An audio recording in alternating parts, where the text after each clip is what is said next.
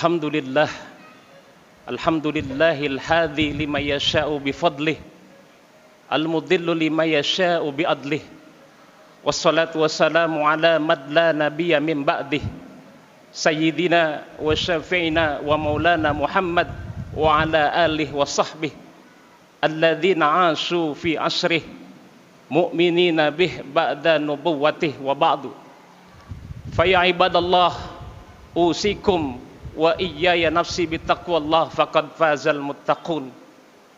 Faqad qala Allah Ta'ala fi muhkami tanzilih wa huwa a'lamu bimuradih.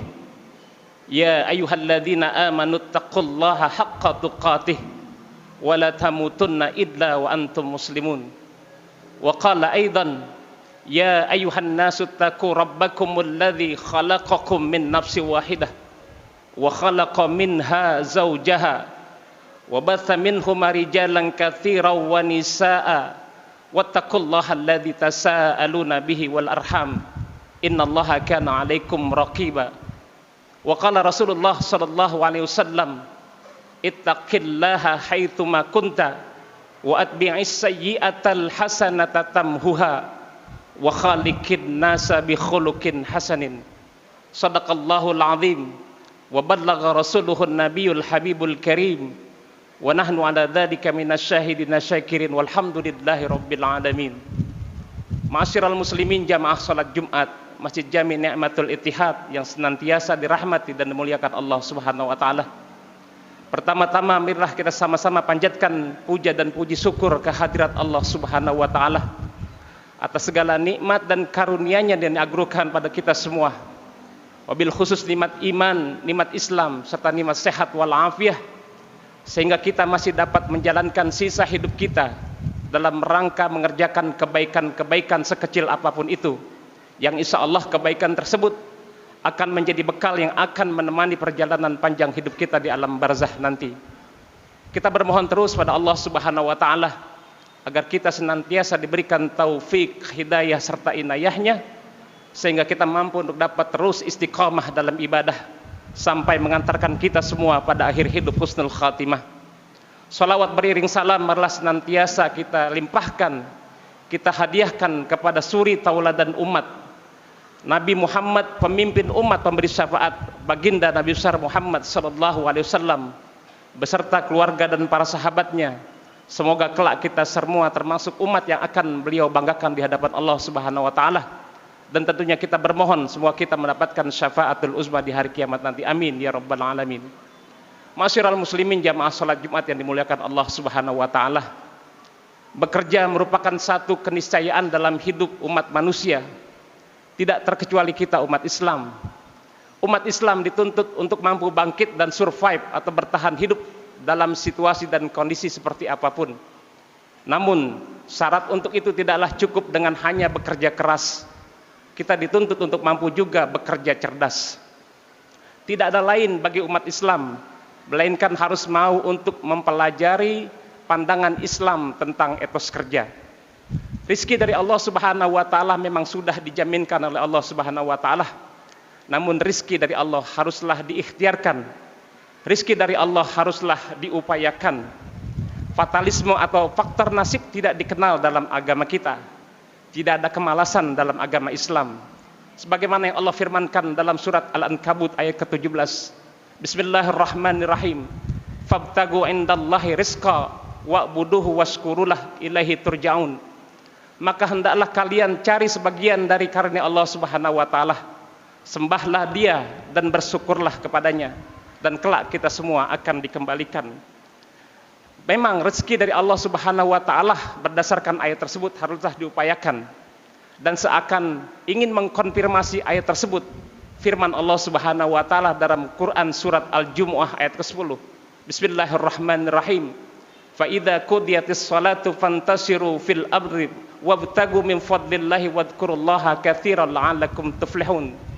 Maka apabila salat telah ditunaikan, maka hendaklah kalian bertebaran di muka bumi ini. Carilah sebagian dari karunia Allah Subhanahu wa taala. Banyak-banyaklah mengingat Allah. Semoga kita semua termasuk orang-orang yang beruntung. Dalam ayat lain Allah Subhanahu wa taala berfirman, Wa ja'alna ayatan nahari mubsiratan litabtagu fadlan mir rabbikum. Dan kami jadikan siang terang benderang agar manusia dapat mencari sebagian dari kitab Allah Subhanahu wa taala. Dan banyak ayat-ayat serupa. Intinya rezeki dari Allah haruslah kita upayakan. Rezeki dari Allah haruslah kita ikhtiarkan. Hadirin sidang Jumat hafidhakumullah. Menurut riwayat Imam Al-Baihaqi dalam kitab Syu'abul Iman, bahwa Rasulullah sallallahu alaihi wasallam mengajarkan kita 4 prinsip etos kerja. Yang pertama adalah bekerja secara halal atau talabat dunya halalan. Halal bukan hanya dari segi jenis pekerjaannya, tapi halal dari cara menjalankannya. Antitesa dari halal adalah haram, yang dalam terminologi fikih dikenal dengan haram li ghairih dan haram li dzatih. Adapun analogi sederhananya adalah ketika kita menjadi seorang anggota dewan, profesi tersebut adalah halal dan baik. Tapi ketika kita salah gunakan profesi tersebut dengan berbagai macam bentuk kesewenang-wenangan, seperti contoh kita mengkorup uang rakyat, maka profesi tersebut yang tadinya halal berubah menjadi haram. Haram bukan karena jenis pekerjaannya, karena ada faktor eksternal yang menyebabkan dia menjadi haram. Itulah yang disebut dengan haram li ghairi. Berbeda dengan profesi sebagai seorang preman. Mau kita modifikasi bagaimanapun, profesi tersebut tetaplah haram. Haram bukan karena ada penyebabnya, tapi haram karena memang jenis pekerjaan tersebut adalah haram li dzati. Yang kedua, bekerja demi menjaga diri untuk tidak menjadi beban hidup orang lain. Islam melarang kita menjadi benalu bagi kehidupan orang lain. Bahkan Rasulullah SAW pernah menegur seorang sahabat yang masih sangat muda dan kuat. Beliau berkata padanya, bahwa seseorang yang mengambil tali dan kapak lalu masuk ke dalam hutan, mengumpulkan kayu-kayu tersebut, mengikatnya dan memikulnya di atas punggungnya, jauh lebih mulia di mata Allah dan Rasulnya. Kemudian hadis tersebut diriwayatkan oleh Bukhari dan Muslim.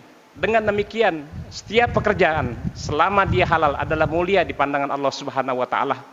Makanya sangat memprihatinkan dan ironis sekali ketika masih banyak orang yang mencibir, bahkan meremehkan satu pekerjaan hanya karena pekerjaan tersebut dipandang remeh dan hina. Padahal pekerjaan tersebut selama ia halal adalah mulia di pandangan Allah dan Rasulnya. Yang ketiga adalah sa'yan ala iyalih, bekerja demi mencukupi kehidupan diri dan keluarga. Bekerja menghidupi kebutuhan diri dan keluarga hukumnya fardu ain, tidak dapat digantikan, dan bila kita menjalankannya adalah masuk dalam kategori jihad fisabilillah.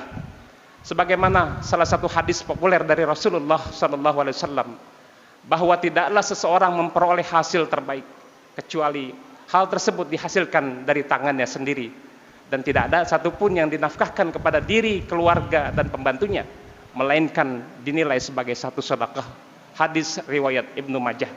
Tegasnya bahwa seseorang yang telah memeras keringat dan membanting tulang demi menghidupi kebutuhan diri dan keluarga adalah sangat mulia dan dicintai Allah dan Rasulnya.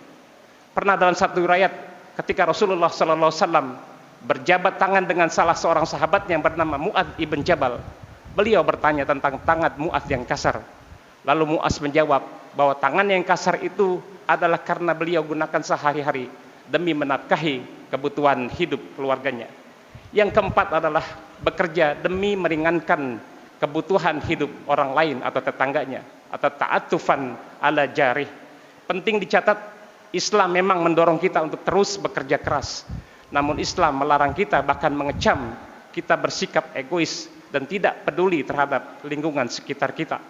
Bahkan Allah Subhanahu wa taala dalam Quran surat Al-Maun ayat 1 dan 3, beliau mengecam bahwa orang-orang yang rajin beribadah tapi tidak pernah peduli dengan kehidupan yatim dan duafa adalah para pendusta agama. Bismillahirrahmanirrahim. Ara'aital ladzi yukadzibu bid-din fadzalikal ladzi yad'ul yatim wa la yahuddu 'ala ta'amil miskin. Lebih tegas lagi Allah Subhanahu wa taala menegaskan bahwa kita dilarang untuk bersikap acuh tak acuh terhadap lingkungan sekitar kita. Demikian khutbah yang singkat yang dapat Al-Fakir sampaikan. Semoga ada manfaatnya bagi kita semua, khususnya bagi diri Al-Fakir pribadi. Mari sama-sama kita bermohon terus pada Allah Subhanahu wa taala agar kita senantiasa diberikan kekuatan lahir dan batin demi menghidupi dan memperjuangkan keluarga-keluarga kita tercinta dengan tetap memperhatikan kualitas rezeki yang halal dan baik bagi keluarga kita semua. Barakallahu li wa lakum fil Qur'anil azim wa nafa'ani wa iyyakum bima fihi minal ayati wa dzikril hakim wa taqabbala minni wa minkum tilawatahu innahu huwas samiul alim.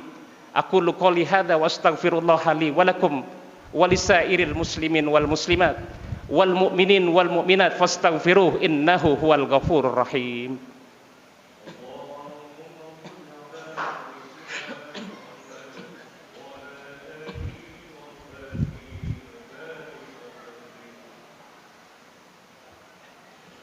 Alhamdulillahil kabiril muta'al al-munfaridi bil 'azamati wal jalal al-mutawahhidi bi istihqaqin nu'util kamal.